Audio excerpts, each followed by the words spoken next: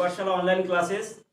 তো আমি চলে এসেছি আজকে ক্লাস নবম শ্রেণীর সপ্তম অধ্যায়ের যে ভিডিও সিরিজ, তো তার প্রথম পার্টে। তো প্রথম পার্টে আমরা আলোচনা করব যে কিনা দ্বিতীয় বিশ্বযুদ্ধের কারণ। আমরা প্রথম অধ্যায়ে প্রথম বিশ্বযুদ্ধ ফিফথ অধ্যায়ে প্রথম বিশ্বযুদ্ধ সে সম্পর্কে জেনেছিলাম, কিন্তু সিক্সথ অধ্যায়ে আমরা পড়ব দ্বিতীয় বিশ্বযুদ্ধের কারণ। তো আমার প্রথম পার্টে আমি আলোচনা করব। তো যারা আমাদের চ্যানেলে নতুন তারা অবশ্যই আমাদের চ্যানেলটাকে সাবস্ক্রাইব করবে এবং পাশের যে বেল আইকন বটনটি আছে সেটা প্রেস করে রাখবে, যাতে সমস্ত নোটিফিকেশনগুলো তোমরা সময় মতো পেয়ে যাও। তো চলো শুরু করি আজকের আলোচনার বিষয়, যে দ্বিতীয় বিশ্বযুদ্ধের কারণ। তো দেখো, তার আগে আমি একটা জিনিস বলি যে প্রথম বিশ্বযুদ্ধে যে বিশ্বের দুটো শক্তি জোটে বিভক্ত হয়ে গেছিল। তো প্রথম বিশ্বযুদ্ধের শেষে ঠিক একইভাবে দুটো শক্তি জোট গড়ে ওঠে। কি কি সেই শক্তি জোট দুটো? একদিকে ছিল, দেখো আমি জাস্ট একটা ছবির মতো করে মানে দেশগুলো এবং শক্তি জোটগুলো সম্পর্কে আলোচনা করব। দেখো বক্সের মধ্যে এখানে আমি লিখলাম মিত্র শক্তি।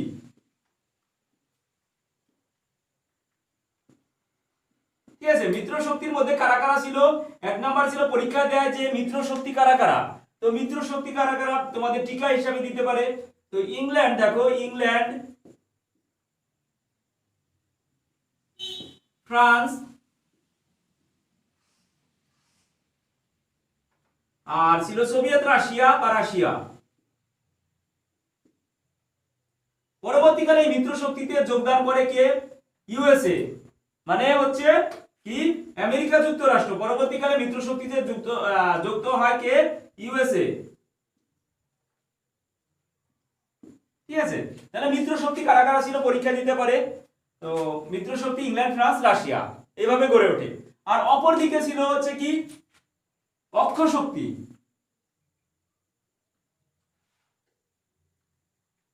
অক্ষ শক্তিগুলো কারা কারা ছিল দেখো, দেখে নাও। এক নম্বরে ছিল হচ্ছে জার্মানি,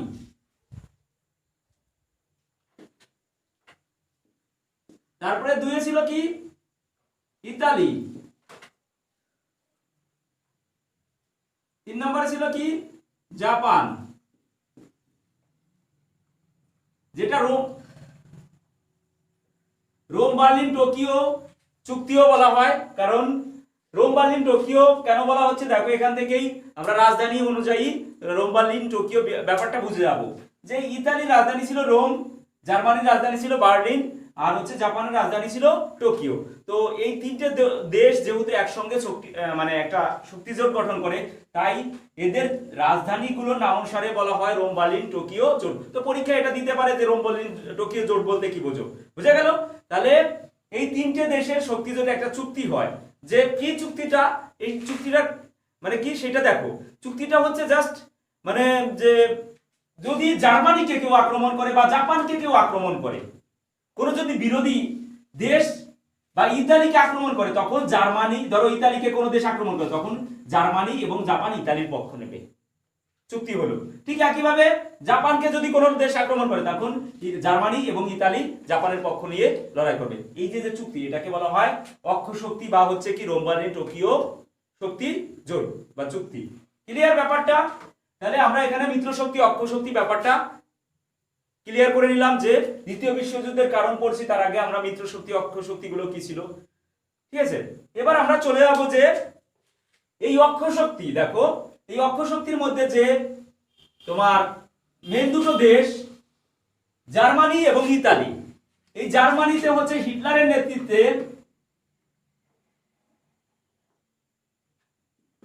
ঠিক আছে, হিটলারের নেতৃত্বে কি ন্যাৎসিবাদ গড়ে ওঠে। একটা তার দল গঠন করেন, তার নাম ছিল কি ন্যাৎসিবাদ। ঠিক আছে, আর ইতালিতে হচ্ছে কি মুসোলিনির নেতৃত্বে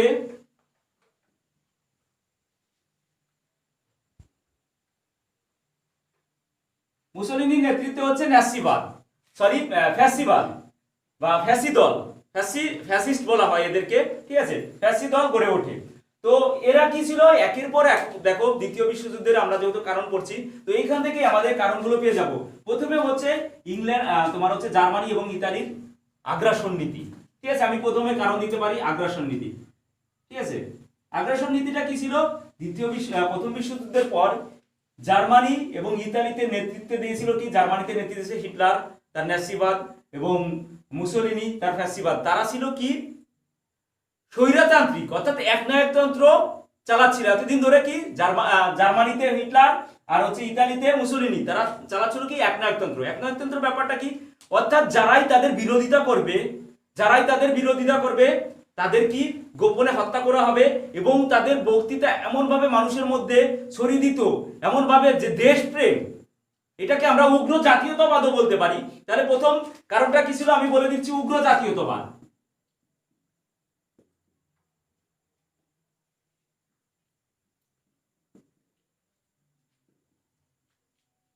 ঠিক আছে, উগ্র জাতীয়তাবাদ প্রথম বিশ্বযুদ্ধের কারণ, অন্যতম কারণ কি? উগ্র জাতীয়তাবাদ। সেটা কি?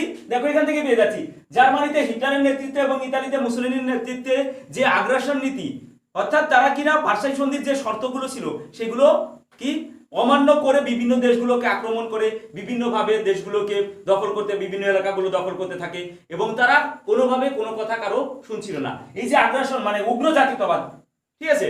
এবং তাদের জাতি, যেমন জার্মানিতে আরেকটা কি ইতালির নেতৃত্বে একটা তথ্য বেরিয়েছিল যেটা হেরেনবর্গ তত্ত্ব নামে পরিচিত। হেরেনবর্গ তত্ত্বটা কি?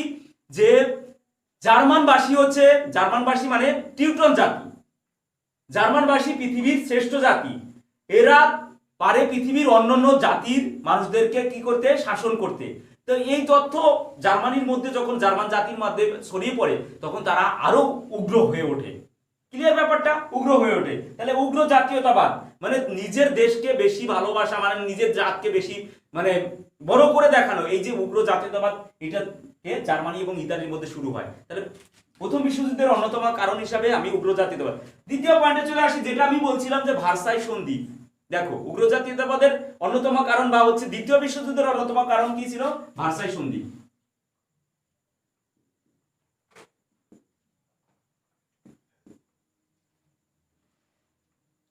ঠিক আছে, ভার্সাই সন্ধিটা কি? দেখো যে প্রথম বিশ্বযুদ্ধের পরে যে চুক্তিটা হয়েছিল, যে কিনা তোমার জার্মান মানে ত্রিশক্তি অক্ষশক্তি বা ত্রিশক্তি আতাত, এরা হেরে যায়। হেরে যাওয়ার পর কি হয়? তাদেরকে কতগুলো শর্ত মেনে নিতে হয় এই সন্ধির মাধ্যমে। কি কি? দেখো যে জার্মানিকে বলা হয় সমস্ত যুদ্ধের ক্ষতিপূরণ কাকে দিতে হবে? জার্মানিকে দিতে হবে। তারপরে হচ্ছে আমি জাস্ট মানে কি এখানে অনেক সময় কোশ্চেন দেয় যে কিনা যে দ্বিতীয় বিশ্বযুদ্ধের অন্যতম কারণ বা দ্বিতীয় বিশ্বযুদ্ধের বীজ বপন ছিল তোমার ভার্সাই সন্ধির মধ্যে। এই কোশ্চেনটা অনেক সময় পরীক্ষা দেয়, সেইটা বিস্তারিতভাবে আলোচনা করো। তো এই গল্পটা যদি মনে রাখো সহজেই তুমি করতে পারবে।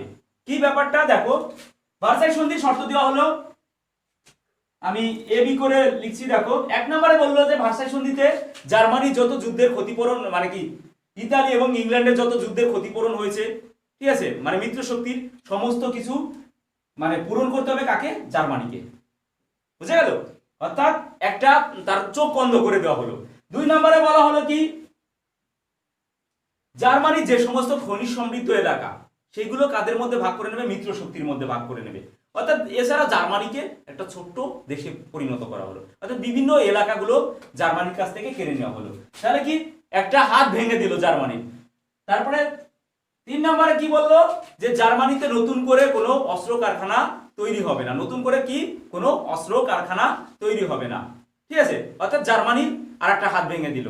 তারপরে জার্মানির উপর দিয়ে কি ব্যবসা বাণিজ্য করবে ইংল্যান্ড, ফ্রান্স বা মিত্র শক্তিরা, কিন্তু তারা কোনো কর দেবে না। ঠিক আছে, এইভাবে জার্মানিটাকে বিভিন্নভাবে কি ছোট করে দেওয়া হলো, অর্থাৎ একেবারে মানে পঙ্গু করে দেওয়া হলো।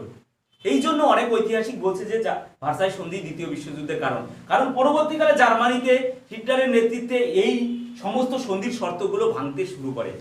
ঠিক আছে, সমস্ত সন্ধির শর্তগুলো ভাঙতে শুরু করে। তাহলে ভার্সাই সন্ধির ত্রুটি 2 নম্বরে আমি বলতে পারি। 3 নম্বরে আমি চলে যাচ্ছি কিসে? দেখো ইঙ্গো ফরাসি তোষণ নীতি।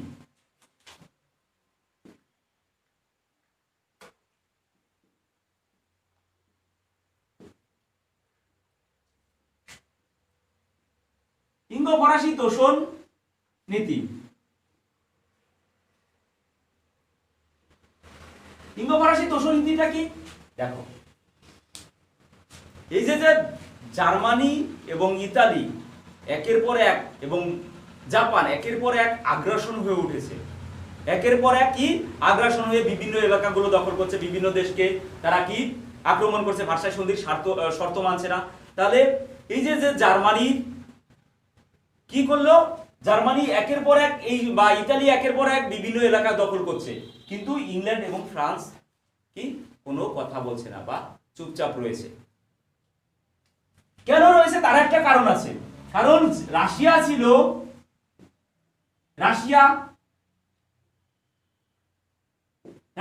সমাজতন্ত্র। তাহলে রাশিয়া দেশটা ছিল কি সমাজতন্ত্র, অর্থাৎ যেখানে সমাজের সমস্ত মানুষ সমান অধিকার পাবে, যা কিছু উৎপাদন হবে সেটা রাষ্ট্রের আন্ডারে থাকবে, ঠিক আছে, রাষ্ট্র সেটাকে সমানভাবে সবার মধ্যে বন্টন করে দেবে, ঠিক আছে, সমাজতন্ত্র। আর এই সমাজতন্ত্র ভয় পেত কি ইংল্যান্ড এবং ফ্রান্স। কেন? কারণ ইংল্যান্ড এবং ফ্রান্সে ছিল হচ্ছে কি ছিল, ইংল্যান্ড এবং ফ্রান্সে ছিল তোমার গণতন্ত্র। আর এই গণতন্ত্রকে কি করে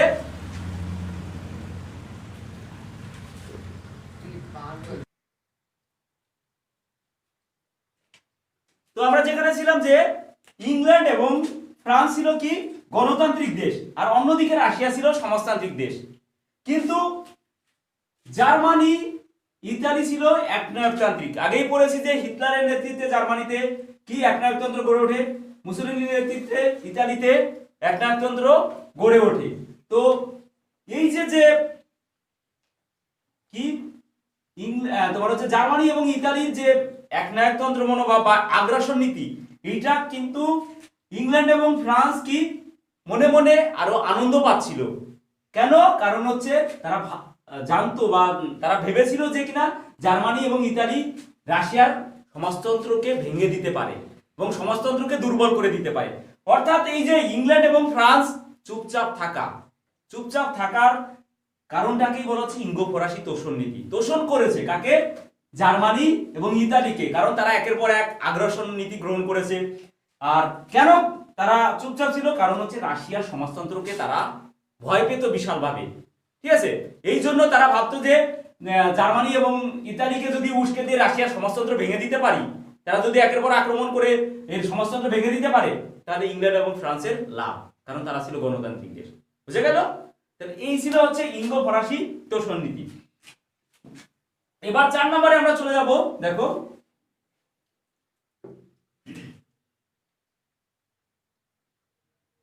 মতাদর্শগত পার্থক্য।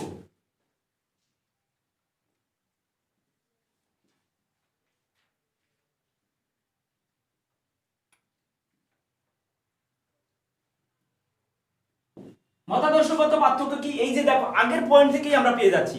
আগের পয়েন্ট থেকে কিভাবে পাচ্ছি? কারণ ইংল্যান্ড এবং ফ্রান্স ছিল কি গণতান্ত্রিক রাষ্ট্র। ইংল্যান্ড এবং ফ্রান্স কি ছিল? গণতান্ত্রিক রাষ্ট্র। আর রাশিয়া ছিল সমাজতান্ত্রিক রাষ্ট্র। আর অন্যদিকে জার্মানি ইতালি ছিল কি একনায়কতান্ত্রিক রাষ্ট্র। তাহলে রাষ্ট্রগুলোর মধ্যে দেখো এখানে চলছে গণতন্ত্র ইংল্যান্ড ফ্রান্সে, রাশিয়াতে চলছে সমাজতন্ত্র, আর ইতালি জার্মানিতে চলছে একনায়কতন্ত্র। তাহলে তাদের মধ্যে কি মতের কি পার্থক্য থাকবেই? একরকম পার্থক্য হবে? কখনো একই রকম পার্থক্য হবে না। তাই মতাদর্শগত পার্থক্য থাকার কারণে এই মতের মানে এক এক দেশ এক এক রকম নীতি গ্রহণ করেছিল। আর যেটা দ্বিতীয় বিশ্বযুদ্ধের অন্যতম কারণ বলা হয় যে মতাদর্শগত পার্থক্য। তারপরে চলে যাব 5 নম্বরে। 5 নম্বরে কি আছে দেখো,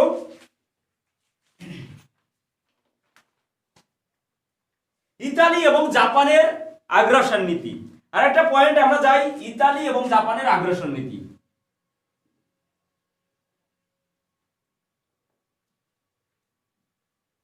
জাপানের আগ্রাসন নীতি।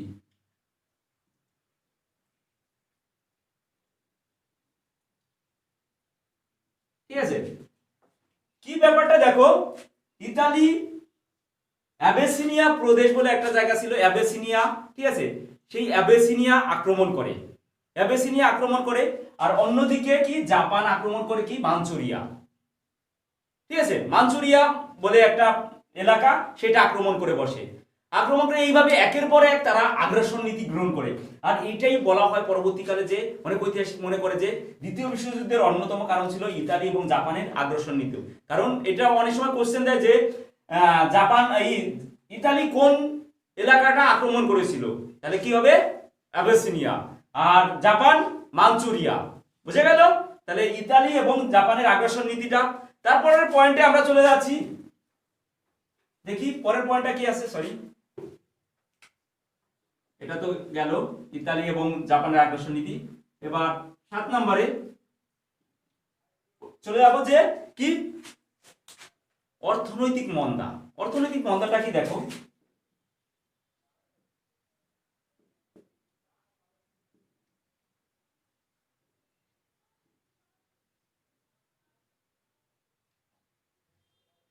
অর্থনৈতিক মন্দা।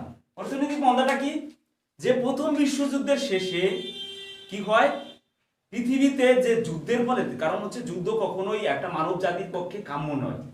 যুদ্ধ হওয়া মানেই মনে করবে যে সেখানে কি ভয়াবহ ক্ষতির সৃষ্টি হবে, মানুষ কি খাবে, অনাহারে অনেকের মানে অনেক মায়ের কোল খালি হবে, অনেক বোন তার হচ্ছে ভাইকে হারাবে। তো এইরকম প্রথম বিশ্বযুদ্ধের শেষে একটা সারা বিশ্বে এরকম মানে ভয়াবহ পরিস্থিতির সৃষ্টি হয়। এর ফলে কি হয়, অর্থনৈতিক দিক থেকে অনেক রাষ্ট্র ভেঙে পড়ে, কি খাবে, ওষুধপত্র, এছাড়াও ছিল বিভিন্ন ধরনের মহামারী, বিভিন্ন ধরনের রোগ, ঠিক আছে, যার ফলে কিনা আরো টালমাটাল অবস্থায় সৃষ্টি হয় পৃথিবী জুড়ে। অর্থাৎ এই সময় আবার জার্মানিতে ওই যে বলছিলাম যে ভার্সাই সন্ধি অনুযায়ী প্রচুর পরিমাণে টাকা কাকে, মিত্র শক্তিগুলোকে দিতে হয়, এবং জার্মানির যে সমস্ত পাশের মানে তোমার হচ্ছে মিত্র দেশগুলো ছিল তাদেরকেও অনেক অংশে কি ক্ষতির সম্মুখীন হতে হয়। এইভাবে অর্থনৈতিক মন্দার ফলে মানে তোমার দ্বিতীয় বিশ্বযুদ্ধের জন্য প্রত্যেকটা দেশ মানে শক্তিশালী দেশগুলো ছোট ছোট দেশগুলোকে কি করে গ্রাস করা যায়, মানে কি করে দখল করা যায়, সেই রকম চিন্তা ভাবনা করতে থাকলো। আর এইটাই যখন একটা দেশ অন্য দেশের উপর আক্রমণ করবে, মনে করবে সে তার যুদ্ধের একটা পরিস্থিতি সৃষ্টি হবে। তো অর্থনৈতিক মন্দার কারণে এই জিনিসগুলো হয়েছিল। তাহলে দ্বিতীয় বিশ্বযুদ্ধের অন্যতম কারণ হিসাবে বলা হয় অর্থনৈতিক মন্দা। তারপরে আসবো 8 নম্বর পয়েন্টে কি আসি দেখো, জাতিসংঘের ব্যর্থতা। সরি 5 নম্বর পয়েন্ট একটা মিস্টেক করেছি, যাই হোক। তো পরের পয়েন্টটা হবে জাতিসংঘের ব্যর্থতা।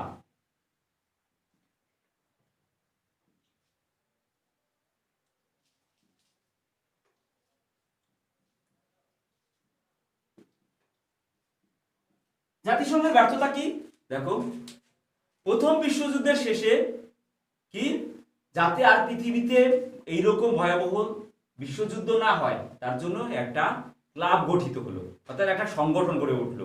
বিভিন্ন দেশগুলো যেমন আমেরিকা, ইংল্যান্ড, ঠিক আছে, বিভিন্ন দেশের নেতৃত্বে একটা কি সংগঠন গড়ে উঠলো, যার নাম দেওয়া হলো জাতিসংঘ। আর এই জাতিসংঘের কাজ কি হবে, জাতিসংঘের কাজ হবে হচ্ছে বিশ্বে যাতে কি যুদ্ধ না হয়, বিশ্বে যাতে মানে প্রত্যেকটা দেশ শান্তিপূর্ণভাবে থাকতে পারে সেই দিকে খেয়াল রাখা। কিন্তু জার্মানি, জাপান, ইতালি এরা একের পর এক আগ্রাসন নীতি গ্রহণ করে বিভিন্ন দেশ আক্রমণ করছে, জাতিসংঘ চুপচাপ ছিল, জাতিসংঘ কোনো কথা বলছিল না, অর্থাৎ এদেরকে ঠেকাতে পারলো না। এটাই তাদের ঠেকাতে যেহেতু পারছে না, তাহলে তিনি ব্যর্থ, এই সংগঠনটা ব্যর্থ হয়। অর্থাৎ দ্বিতীয় বিশ্বযুদ্ধের অন্যতম কারণ বলা হয় কি জাতিসংঘের ব্যর্থতা। তারপরে চলে যাব লাস্ট পয়েন্টে কি প্রত্যক্ষ কারণ। প্রত্যক্ষ কারণটা কি সেটাই যাচ্ছি দেখো, তাহলে 8 নম্বর পয়েন্ট এটা প্রত্যক্ষ কারণ।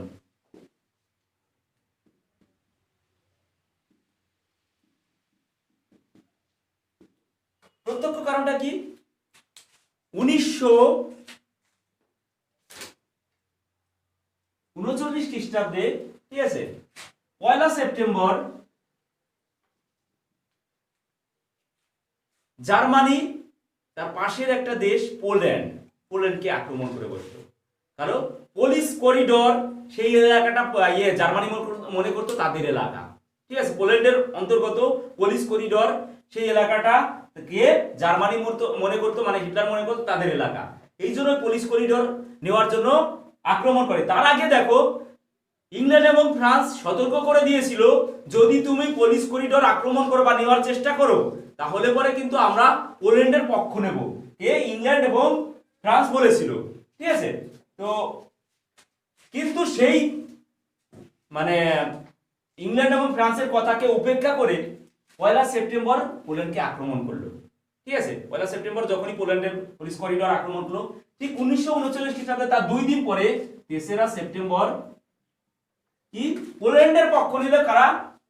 মিত্র শক্তি মানে ইংল্যান্ড এবং ফ্রান্স। তখনও রাশিয়া কিন্তু যুক্ত হয়নি, ইংল্যান্ড এবং ফ্রান্স যুক্ত হলো, যুক্ত হয়ে জার্মানির বিরুদ্ধে যুদ্ধ ঘোষণা করলো। শুরু হয়ে গেল রক্তাক্ষয়ী ভয়াবহ, যে পৃথিবীর বুকে মানে প্রথম বিশ্বযুদ্ধের থেকেও যেটা অনেক খতরনাক ছিল, অনেক ক্ষতি মানে হয়েছিল দ্বিতীয় বিশ্বযুদ্ধে, তো সেই যুদ্ধটা শুরু হয়ে গেল, ঠিক আছে। তো এই ছিল আমাদের হচ্ছে দ্বিতীয় বিশ্বযুদ্ধের কারণগুলো। তো তোমাদের কোনো কোশ্চেন আছে? হ্যাঁ বলো। ইঙ্গ ফরাসি তোষণ নীতিটা আরেকবার বলো। ইঙ্গ ফরাসি তোষণ নীতি, বাহ বসো। ইঙ্গ ফরাসি তোষণ নীতিটা কি? দেখো, যে মতাদর্শগত পার্থক্য কি, ইংল্যান্ড এবং ফ্রান্সে ছিল কি গণতন্ত্র। আমি এখানে গণতন্ত্র লিখছি, ঠিক আছে। গণতন্ত্রটা কি? যেখানে কিনা জনগণের দ্বারা সরকার নির্বাচন, যেমন আমাদের ভারতবর্ষ, ঠিক আছে, জনগণের দ্বারা সরকার আমরা নির্বাচন করি। তাহলে জনগণের দ্বারা সরকার নির্বাচন হতো কোথায়? ইংল্যান্ড এবং ফ্রান্সে, এখানে ছিল গণতন্ত্র। আর এদিকে রাশিয়া ছিল কি সমাজতন্ত্র। অর্থাৎ সমাজতন্ত্রটা কি? ওই যে যেটা বললাম, যা কিছু উৎপাদন হবে সমস্ত কিছু কার কাছে যাবে? সরকারের আন্ডারে যাবে এবং সরকার সবার কাছে সমানভাবে বন্টন করে দেবে। এটা হচ্ছে সমাজতন্ত্র। ক্লিয়ার? তাহলে রাশিয়াতে কি ছিল? সমাজতন্ত্র।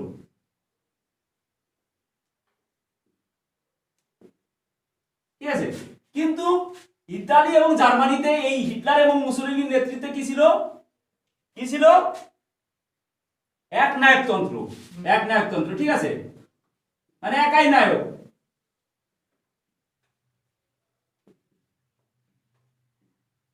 তো এই দেখো মানে কি বিভিন্ন দেশগুলোর কি মতের পার্থক্য কিন্তু রয়ে গেছে একটা।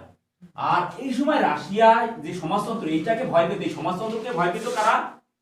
এই ইংল্যান্ড এবং ফ্রান্স, ঠিক আছে। ইংল্যান্ড ব্যাপারটা বলছে একটা ছবির মতো, যে ইংল্যান্ড এবং ফ্রান্স কি সমাজতন্ত্রকে ভয় পেত, রাশিয়ার সমাজতন্ত্রকে ভয় পেত। এই জন্য একের পর এক হিটলার এবং মুসোলিনি বিভিন্ন দেশ আক্রমণ করছে বা বিভিন্ন এলাকা দখল করছে, আগ্রাসন নীতি গ্রহণ করছে। ইংল্যান্ড এবং ফ্রান্স ভেবেছিল মনে মনে যে রাশিয়ার সমাজতন্ত্রকে ধ্বংস করে দেবে কে? ইংল্যান্ড এবং ফ্রান্স, জার্মানি এবং ইতালি একনায়কতন্ত্র, যে এই রাশিয়ার সমাজতন্ত্রকে ধ্বংস করে দেবে। ক্লিয়ার ব্যাপারটা? আর তার জন্য ইংল্যান্ড এবং ফ্রান্স, এই যে জার্মানি একের পর এক বিভিন্ন নীতি গ্রহণ করছে, আগ্রাসন নীতি গ্রহণ করছে, সেটা চুপচাপ দেখছে।